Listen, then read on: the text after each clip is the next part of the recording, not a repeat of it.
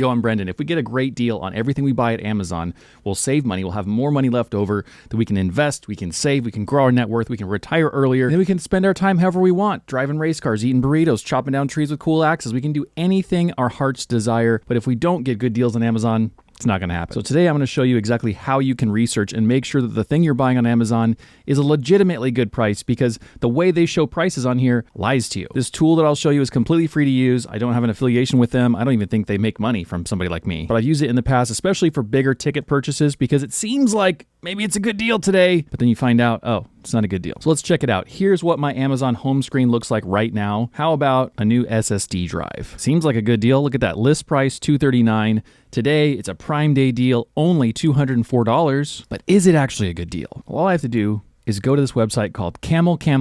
Then I copy and paste in either the URL of the product itself or just some like keywords from that product, and I'll be able to see a price chart that tells me whether or not it's a great deal. So for a short time back in May, this was actually $330. Then it dropped in price for a little while to about $270. Then it dropped way down to about $240, and that's been about the average price. $239 has been like the standard price for right now. And then they give us the highest ever price, the lowest ever price, the current price, which is actually a little bit wrong because the Prime Day deal has actually driven it lower than this. And so if I wanted another SSD drive to be able to store video footage on or family pictures or whatever, I could go, hey, this is actually a legitimately good deal. Likewise, I've considered getting into a gaming PC because I could play racing games, I could play some survival games that I've gotten interested in. Don't really have time to do that. But in theory, if I did, I would look at something like this. This is a reasonable PC. We've got an i5 with an RTX 4060, which is a pretty decent graphics card. Everything else you need to support gaming in a decent way. And $699 seems like a pretty low price. How is that compared to the price of this PC in the past? Well, easy peasy. We just paste it into Camel.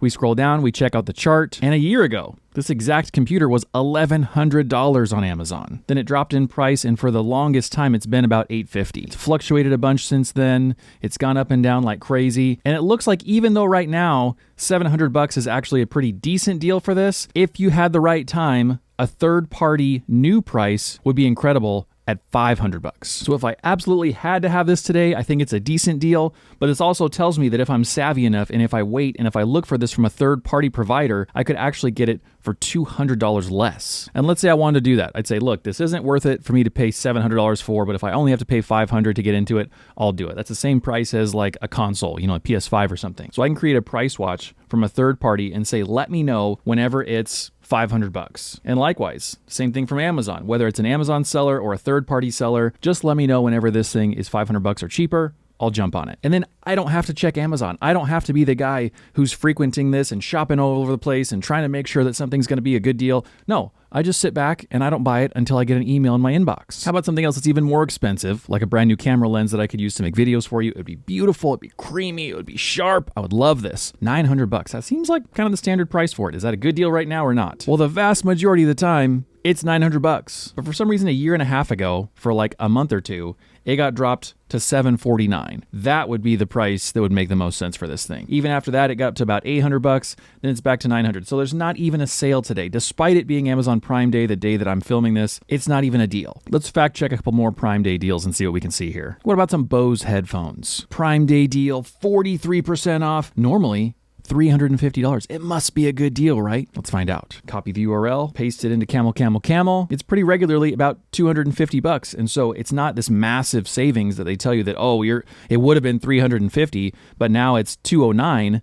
No, it's normally $249 and now it's $209. You're saving $40. You're not saving $150. Ah, the deception of Amazon. And then if you missed it, the way that you can find a third-party offer, like this one shows that a third-party price is actually cheaper. Third-party, new product, $199 instead of $209. Instead of just taking the standard view of Amazon here, if you scroll down under how much the price is, you can go look at other sellers on Amazon, and that's where you've got new and used from $199. So I could get brand new headphones, still Amazon Prime, still same day delivery for $199 instead of $209. And this is something that I never paid attention to until I got on Camel. And I started looking at that and went, whoa, third party, like what's wrong with that? And Amazon's explanation is that they're independent sellers who offer products that can be new, used, refurbished, but the way that you buy stuff from them is the exact same as if you bought it from Amazon itself. This blog claims that we should look for Amazon's stamp of approval to make sure that it's a legit seller. I understand that there could be some customer service kind of issues and questions if you've got a seller who's not so trustworthy,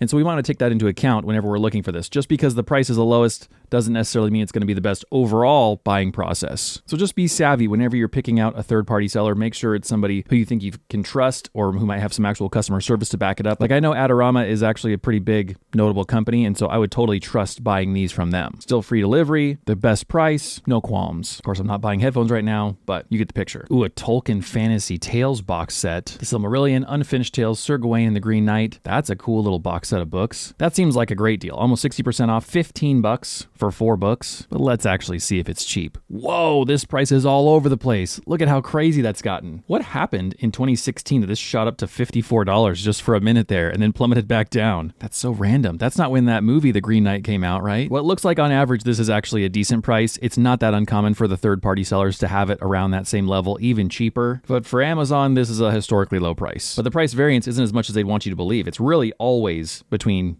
$15 and $23. You know, Amazon wants us to think that it's actually $36 and we're only paying $15. That's not the case. So fact check whatever you're going to buy today on Amazon Prime Day or just any day on Amazon. The best thing that I've seen is to set up those price alerts. You do have to have an account with Camel to do that because obviously they've got to have your email to be able to email you a price alert. But in the past, I've looked for things like tools or electronics and I thought, do I buy it now? Do I wait? I don't know. And setting up that price alert does 2 different things. Number 1, it makes sure you get the right price. But number 2, it also gives you some time to breathe, because in the moment, a lot of times it feels like, oh, we need to buy that thing. But maybe a month or 2 months later, whenever you actually see it for the price you wanted, you may not even want the thing anymore. And so that gap between your desire and the actual time you purchase it can be really healthy because you end up buying less stuff. The less stuff we buy, the more money we have. The more money we have, the more money we invest. The more money we invest, the richer we become and the more options we have in life. I also read this week that the richer people are, the less likely they are to divorce, which I had never heard that statistic before. But maybe the less stuff you buy on Amazon, the less likely you are to get a divorce. Weird correlation, could be true. And in light of that, the secret common word for today is correlation. I will see you guys tomorrow. Thank you so much for watching. Thank you, channel members, for your support, and I'll see you guys later. Bye.